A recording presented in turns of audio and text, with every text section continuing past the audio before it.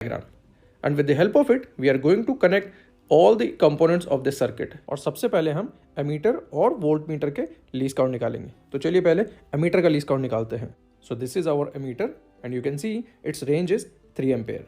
और least count के लिए आप देखो बच्चों 0 से 1 के बीच में 20 डिविजन्स है, तो इसलिए इसका लीस्ट काउंट हो जाता है 1 डिवाइडेड बाई 20 यानी कि 0.05 एम्पेयर। चलिए अब हम वोल्ट मीटर को भी देखते हैं। अब इसकी भी रेंज आप देखो 3 वोल्ट है और डिवीजन 0 और 1 के बीच में भी फिर दोबारा 20 ही है, तो इसलिए इसका लीस्ट काउंट भी 0.05 वोल्ट ही होगा।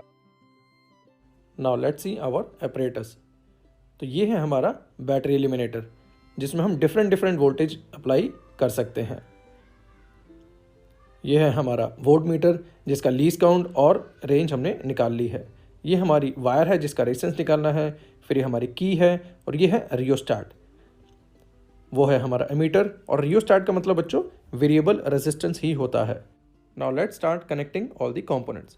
सबसे पहले मैं बैटरी एलिमिनेटर का पॉजिटिव टर्मिनल वोल्ट मीटर के पॉजिटिव एंड पे लगा रहा हूँ, और पॉजिटिव एंड पे ही मैं जो वायर है जिसका हमने रेजिस्टेंस निकालना है वो भी लगा देता हूँ, और दूसरा वाला एंड जो वायर का है वो मैंने वोल्ट मीटर के नेगेटिव टर्मिनल पे लगा दिया है।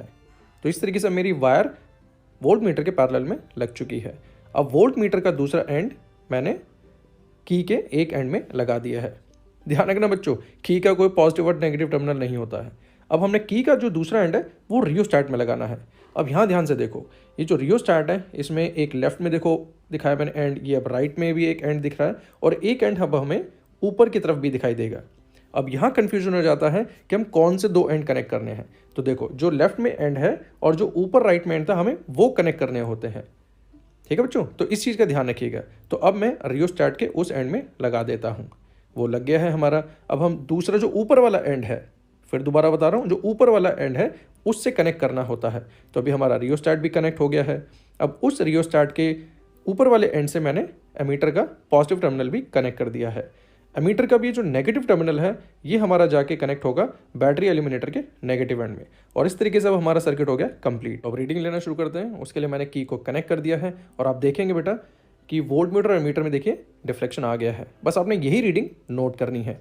तो वोल्ट मीटर में रीडिंग आ रही है 2 वोल्ट और एमीटर में रीडिंग आ रही है 1.65 एम्पेयर।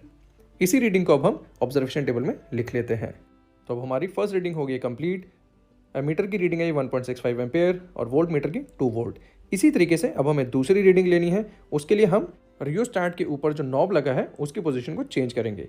इससे the resistance which is offering by rheostat is going to change, और आप देखेंगे कि उसकी वजह से अब आपकी वोल्ट मीटर और एमीटर की रीडिंग भी चेंज हो जाएगी। और हाँ, जब आप रियोस्टाट की वैल्यू को चेंज कर रहे थे तो की को ऑफ करना मत भूलिएगा। इसी तरीके से हमारी नई रीडिंग आ गई है। वोल्ट मीटर की रीडिंग आई है 1.9 वोल्ट और एमीटर की रीडिंग आई है 1.6 एम्पेयर। और अब इसी तरीके से मैं बाकी की रीडिंग्स भी ले लेता हूं और आपको ऑब्जर्वेशन टेबल कंप्लीट करके दिखाता हूं। अब हमारी ऑब्जर्वेशन टेबल भी हो गई है कंप्लीट। अब हमें इसका IV ग्राफ बनाना है।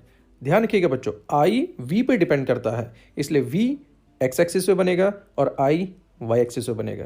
तो चलिए मैंने ग्राफ भी बना लिया है और वो मैं अब आपको दिखाता हूँ। So this is our graph. इसमें आप देख रहे हैं V X एक्सिस पे है और I Y एक्सिस पे है, और आपकी ऑलमोस्ट एक स्ट्रेट लाइन आ रही है।